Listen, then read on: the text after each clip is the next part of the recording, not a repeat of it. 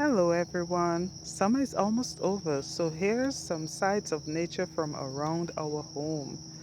Oh, this swallowtail butterfly got its wings injured. Beautiful monarch butterfly. Oh, the bee is having a feast.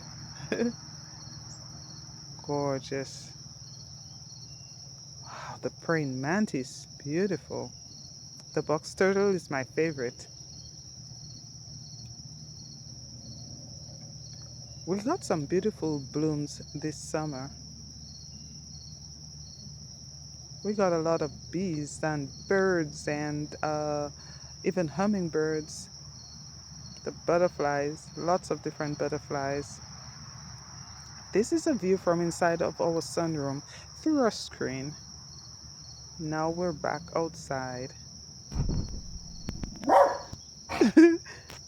Cairo does not like seeing the turkeys in his backyard, but they're fine. They just walk about, minding their own business.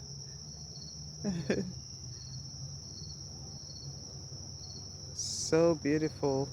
My zinnias did very well this summer.